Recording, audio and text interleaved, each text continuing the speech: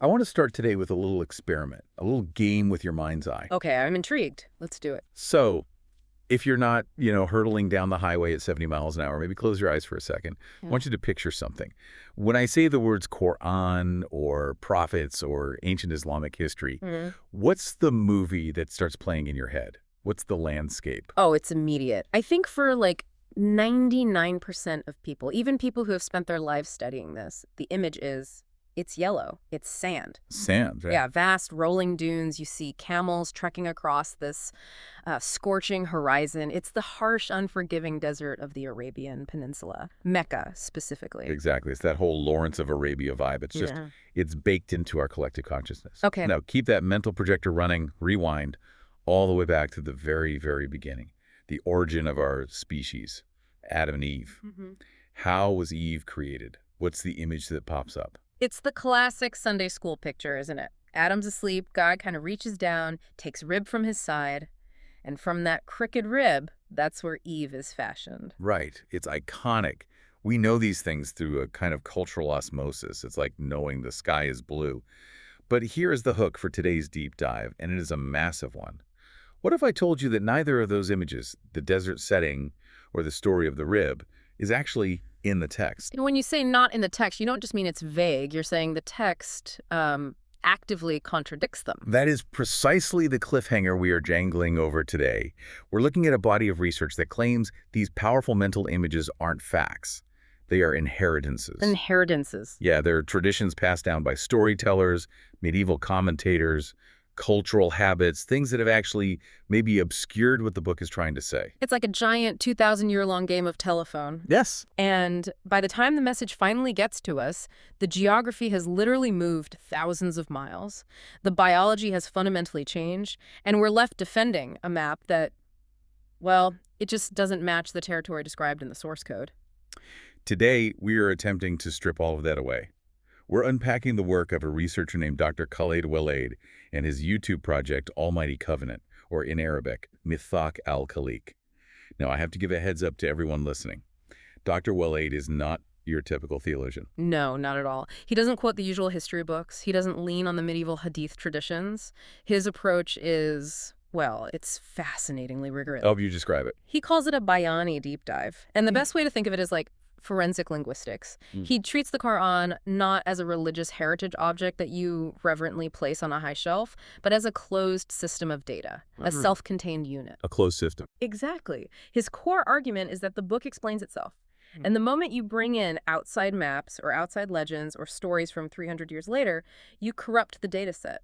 You have to let the book build its own world, its own map. I love that description. It really does feel like he's a detective showing up to a cold case that everyone else thinks is solved. He's looking at the old crime scene photos and saying, hang on a second, look at this blood splatter pattern. It completely contradicts the witness testimony from the guy who showed up 3 centuries after the fact. That is a perfect analogy. And the reconstruction he builds from that, what Dr. Waleed calls his system of the book, is, to put it mildly, radical. We're not talking small tweaks here. Oh, no. We are talking about moving the Holy Land entirely. We are talking about a complete rewrite of the origin of the human species. He's connecting geology, biology, and anthropology into this single unified theory that, well, it puts the Levant, and specifically the Jordan Rift Valley, at the absolute center of the universe. It is a wild ride, and we have a lot of ground to cover, literally. We're going to examine his law of pairs. We're going to remap the entire Middle East. We're going to try and figure out why on earth he thinks Atlantis is in the Quran. And we're going to ask some very hard questions about who we are biologically. So buckle up. Let's dive in. Okay, so before we start, moving mountains and redrawing the maps of continents, we really need to understand the tool set. How does Dr. Waleed actually read the text? Because his whole premise is that we've been reading it wrong for centuries. That's right. The absolute core of his methodology is something he calls the one book, one system. His premise is that religion, in its pure, revealed form, is a singular, coherent operating system. It's like perfect code. A single OS. A single OS. But humanity, through sects, denominations, political history, and he said, she said traditions, has fractured it. We've introduced viruses, corrupted files, and now we're all running these buggy, incompatible versions. So he's basically rejecting what you could call inherited religion. Completely. He makes a very sharp distinction between heritage and revelation. Heritage is what your father told you, which is what his father told him, and so on. It's comforting, it's cultural, it's part of your identity, but it's not necessarily true to the original source. Dr. Waleed wants to get back to the raw code. And how does he do that? What's the key? The key, the decryption tool for this entire system, according to him, is the concept of Zajane. Zajane. Okay, that translates to pairs, doesn't it? Or dualities. Yes. Holy pairs. He bases this on a specific verse that says, "And of everything we created two pairs." Now, most commentators see that as, a poetic nod to balance in the universe. Like male and female, night and day. Right. But Dr. Waleed takes this verse with absolute literal and structural seriousness. He applies it as a fundamental law to the entire universe described in the text. If there is a sun, there must be a moon. If there is an east, there must be a west. If there's a concept of good, it must be paired with a concept of evil. It sounds a bit like yin and yang. A pretty standard philosophical idea of balance. It is, in principle, but he uses it as a hard navigational tool. And this is where it gets really technical and interesting. He says you cannot locate a single coordinate in the text without its pair. What does that mean, a coordinate? A place, a person, an idea. It can't just be a random location floating in space. It has to exist in a relationship with its opposite. So if the text mentions a kingdom of the sun, you have to immediately start scanning the data for its binary opposite, the kingdom of the moon. He believes these aren't just poetic metaphors. They're GPS coordinates. That's the perfect way to put it. He's saying the Quran has a grid system, a binary map, built directly into it. So he believes the text contains these data markers that actually predate human discovery. Precisely. He often quotes the verse about God teaching the bayan, which is usually translated as the explanation or the speech. He takes this to mean the system itself, the explanation of reality, was embedded in the text before we were even here to read it. He spent years tracking these binary patterns, these pairs, to triangulate what he believes is the truth. So if I'm getting this right, his instruction is, don't look at a map of Saudi Arabia drawn in 1920 by some British cartographer. Look at the text, find the binary pair for the place you're looking for, and that will tell you where X marks the spot. That's it in a nutshell. And when he applies this binary logic to the biggest question of them all, where is the Holy Land? The answer he gets is, well, it's shocking. Let's go there. Because this is the biggest disruption from most listeners, I think. If you ask any Muslim, or really any historian of religion, where the story of Islam begins, where Abraham built the Kaaba, they point to one place. Mecca, in the Hijaz region of modern-day Saudi Arabia, no question. And Dr. Waleed says, stop, look at the text. Just the text. No traditions, no later histories. And he claims there's zero evidence in the Quranic descriptions for the desert environment of the Hijaz. He says the topography doesn't match. The Quran mentions things like olives, figs, running rivers, green valleys, things that are characteristic of a completely different climate. The agriculture doesn't match. The system just doesn't fit. That's a massive claim. You're talking about upending 1,400 years of accepted geography. So, if not there, where does his data point? The data, according to his binary system, points very specifically to the region between the two great rivers, the Euphrates and the Nile. The Fertile Crescent. The Levant. And he gets even more specific than that. He says the true stage of the Quranic narrative is the corridor of modern-day Jordan and Palestine. Okay, so how does he build that case using his pairs method? Well, he identifies two great superpowers that frame the entire narrative. Remember the law of pairs? The sun and the moon. Exactly. He identifies the kingdom of the sun as the great eastern power. That's the Babylonian region, Mesopotamia. The logic is simple. That's where the sun rises. It's the land of the dawn. Okay, makes sense. So the kingdom of the moon, that would be the west. The western power. And he identifies this with the Quranic term Aljibt. Aljibt. I've heard that word before. In most translations, it means something like sorcery or idols, doesn't it? In traditional translations, yes. But Dr. Waleed does a linguistic breakdown and links it to the power structure of the West, specifically Egypt. But not just the country of Egypt we know today, more the concept of the Western Empire. So you have these two massive orbital bodies, Babylon in the east, the sun, and Egypt in the west, the moon. And caught in the gravitational pull between them is the heart, the Holy Land. Which puts the spotlight directly on the Rift Valley. Okay, let's get a visual on this. I need a visual. We're talking about that massive geological scar that runs all the way down from Syria through Jordan, the Dead Sea, that whole area. Precisely, the Great Rift. Geologically, it's the lowest point on the surface of the Earth. Dr. Waleed calls this the land of the rift, or the Great Crack. And this is where he applies his binary system perfectly. You have the river, the Jordan River, running down the middle of this valley. The dividing line? The dividing line. On the eastern bank of the river, you have what the Quran calls Tir Sinin. Mount Sinin, which is often equated with Mount Seir in the biblical tradition, right? Yeah. The mountains of Jordan. Correct. And then on the western bank of the river, you have Tursina. Wait. Tursina. Mount Sinai. That's bad. Everyone places that in the Sinai Peninsula. That big triangular wedge of desert between Africa and Asia. You're telling me Dr. Waleed places Mount Sinai on the west bank of the Jordan River in Palestine? He does. He argues that the geological description of the rift, this great crack with two banks or two mountains facing each other across a valley, fits the Jordan Valley perfectly, and it does not fit the desolate mountainous terrain of the Sinai Peninsula. So the whole story of Moses and the Israelites. He reframes it entirely. It's not a story of a long, arduous trek across a vast sandy peninsula. It's a series of events happening within this rift system. The Holy Land isn't some vague region. It's this very specific, very dramatic geological scar on the face of the planet. That completely changes the visual of the Exodus. So the famous parting of the sea. He's not talking about the Red Sea. He argues that the term used yam, which can mean any large body of water, fits the geography of the Dead Sea and the Jordan Rift's water systems far better.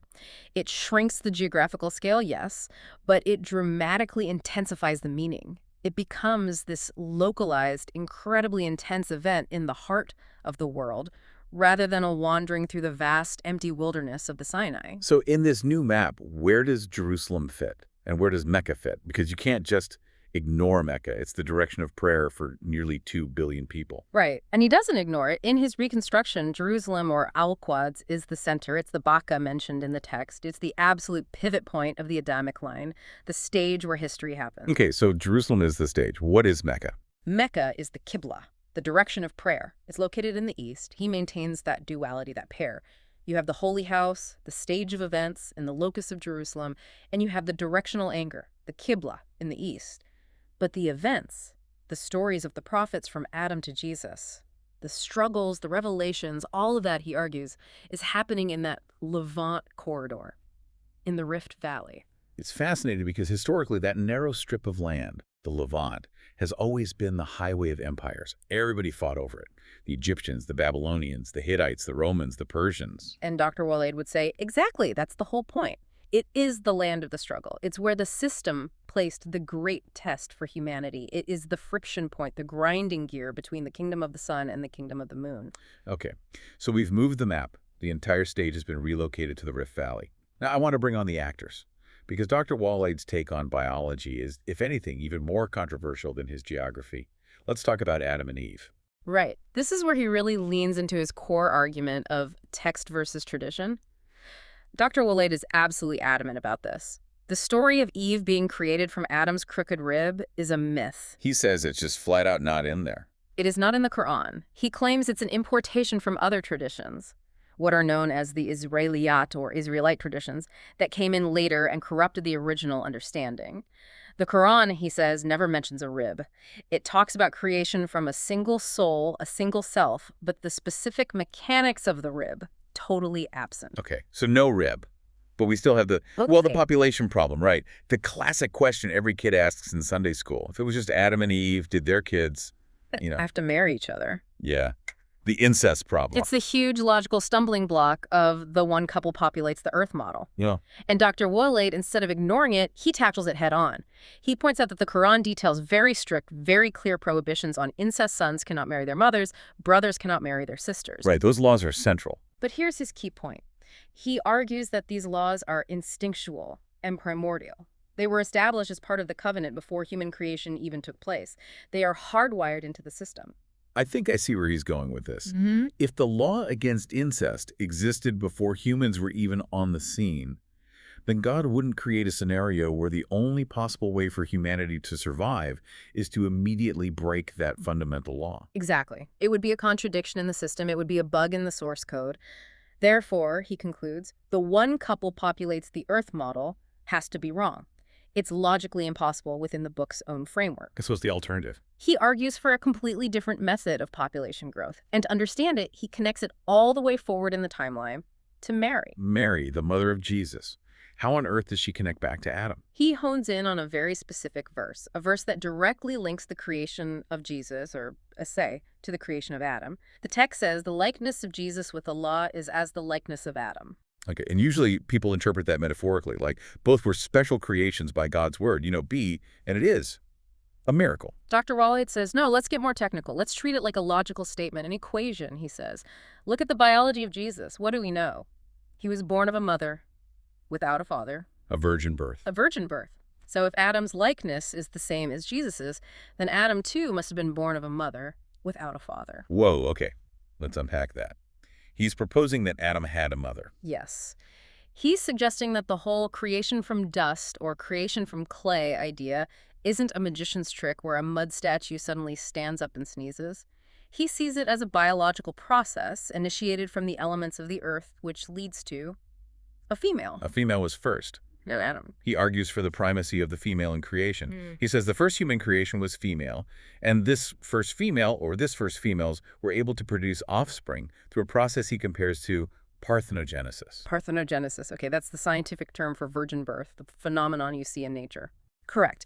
And Dr. Waleed loves this scientific analogy. He points out that this isn't science fiction. In the animal kingdom, we've seen it in sharks, in Komodo dragons. Certain reptiles and insects, females, can and do reproduce without any male genetic input, especially when they are under extreme environmental stress or isolation. It's a documented biological capability. I remember reading about that. A shark that's been in an all-female tank for years suddenly has a baby. It's basically a clone of the mother, right? Essentially, yes. It's a way for a species to survive in extreme circumstances. Dr. Waleed sees this as a mechanism built into the biological system by the creator. He argues that under the stress of early creation, the first females reproduced via this mechanism to establish a viable population base.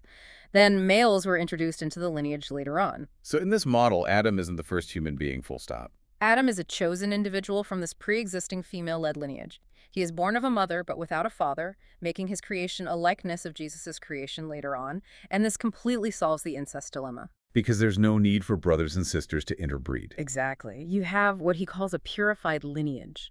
You avoid the catastrophic genetic bottleneck of sibling interbreeding because you have a population base derived from this miraculous, stress-induced, female-only reproduction. It's a fascinating inversion. I mean, usually religion is critiqued for being patriarchal. Yeah. Man is created first. Woman is a derivative taken from his side. He's completely flipping that on its head. Woman first, man from woman. And he argues that the textual evidence supports this purified lineage model over the crooked rib narrative. It recontextualizes the entire history of the human species. It implies that the capacity for a miraculous birth like Mary's isn't some strange one-off anomaly. It's a callback to our original factory settings. This has to lead us into the anthropology of it all.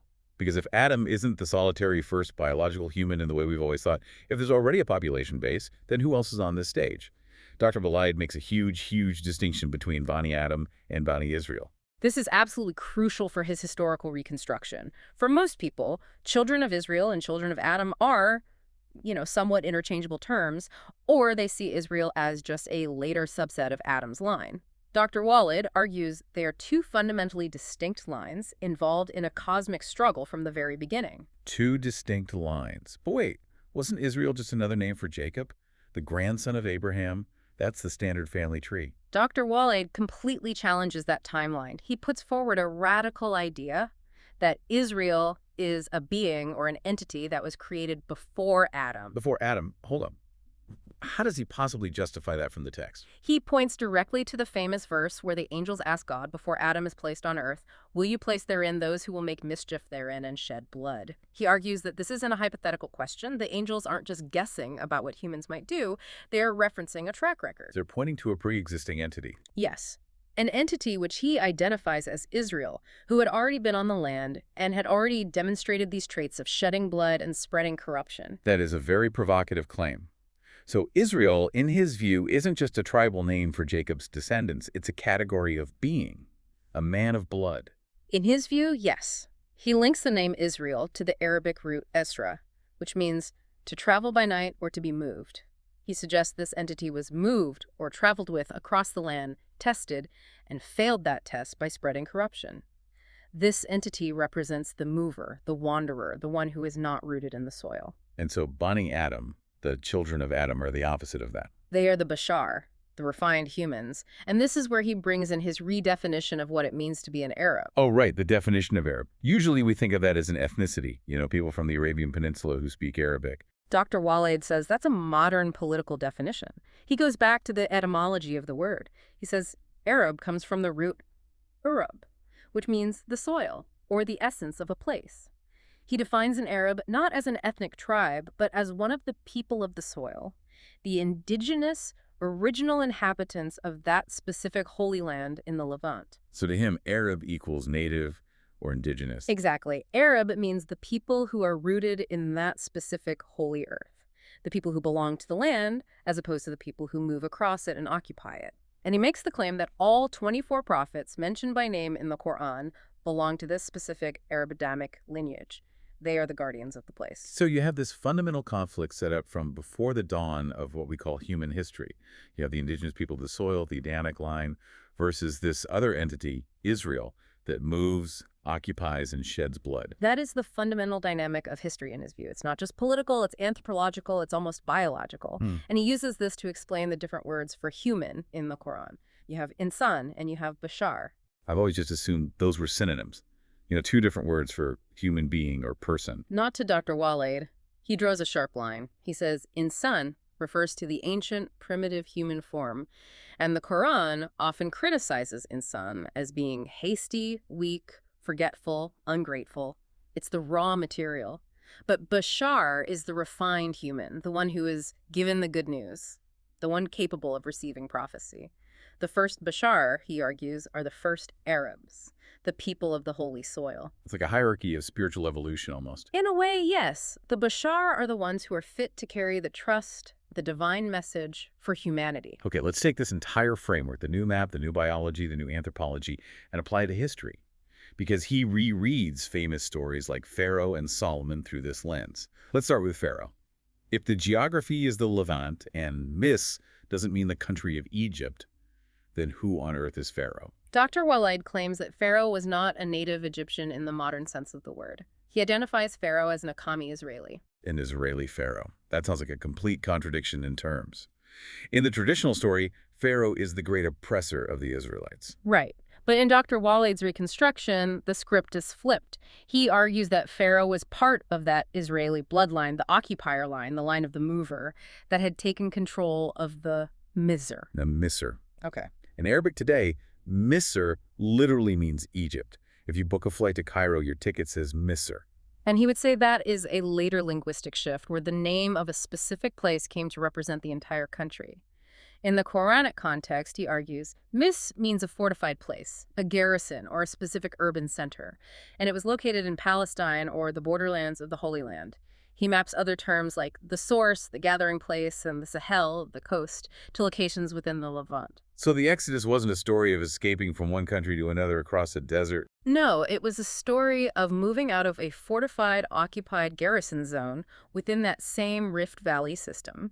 It shrinks the geography, but it massively increases the intensity. It becomes a local, bitter conflict over a very specific piece of sacred territory. Okay, what about King Solomon?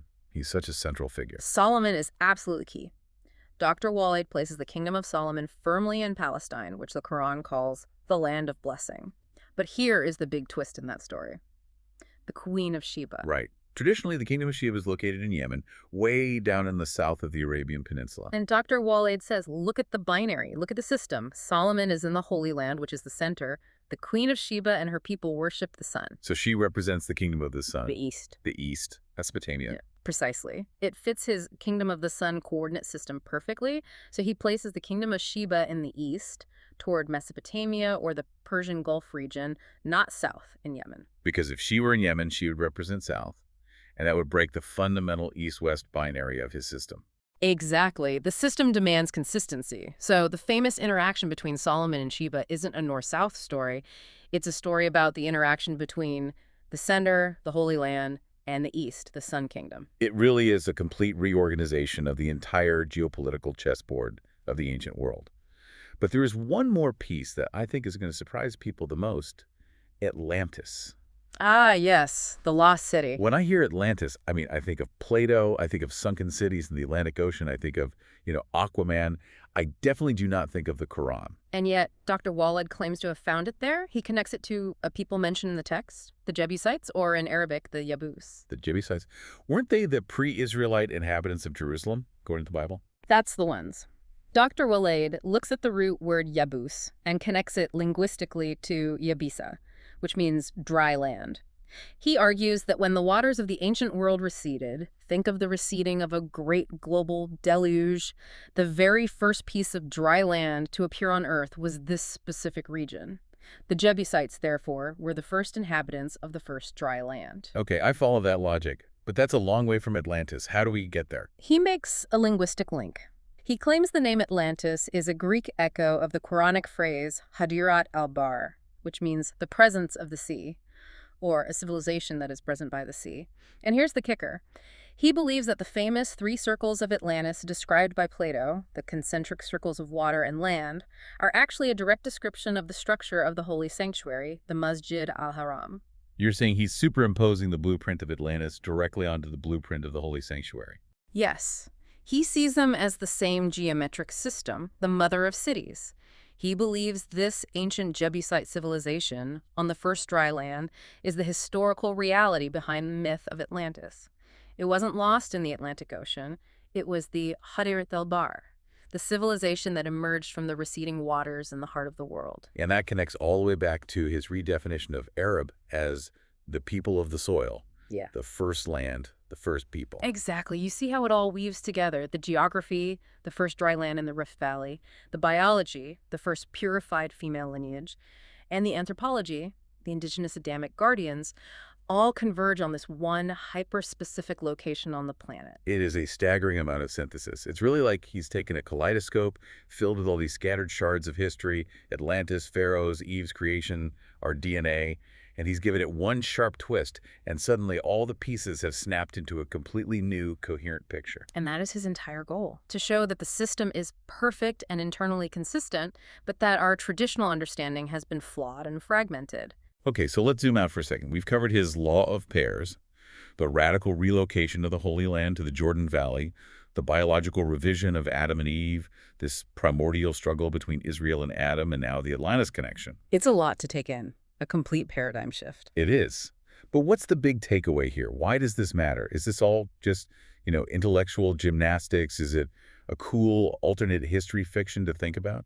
I don't think he sees it that way. I think Dr. Waleed is challenging listeners to do something very, very difficult, to strip away tradition, to have the courage to realize that what we think we know about religion, about our own history, is often just a story we've been told, and not the actual evidence that exists in the source code. It turns theology into a form of archaeology or forensic science. It really does. It suggests that if you treat the text as raw data and you follow its internal logic without prejudice, you might find a reality that is more scientific, more logical, and frankly, more interesting than the fairy tales we often learn as kids. It grounds the divine story in the physical world, in the geology of the Rift Valley, in the biology of parthenogenesis. It definitely shakes up the mental map. I don't think I can look at a map of the Middle East in the same way again after this conversation. And that really brings us to the final provocative thought to leave everyone with. Okay, lay it on us. If Dr. Waleed is right, or even if he's just partially right, if the Holy Land isn't just a religious title, but is the actual geological heart of the world, the Rift Valley, the first dry land to appear, and if humanity's origins are tied to a specific biological miracle that happened in that specific soil, then what does that imply about the relentless, unending conflict we see in that exact spot on the globe today? You mean the constant fighting in that region? For centuries. Exactly. Is it just politics? Is it just about borders drawn by colonial powers 100 years ago? Or is the geography itself the main character of the story? Is the struggle between the occupier, the one who moves, and the people of the soil, the one who stays not just a modern headline, but a cosmic prehistoric script that has been playing out over and over on that same stage since the waters first receded? That is a heavy thought to leave people with, that the land itself might be the protagonist. Something to mull over. Absolutely. Dr. Khaled Waleed's system of the book certainly gives us a powerful new lens to look through. Thanks for taking the deep dive with us today. Always a pleasure. We'll see you next time.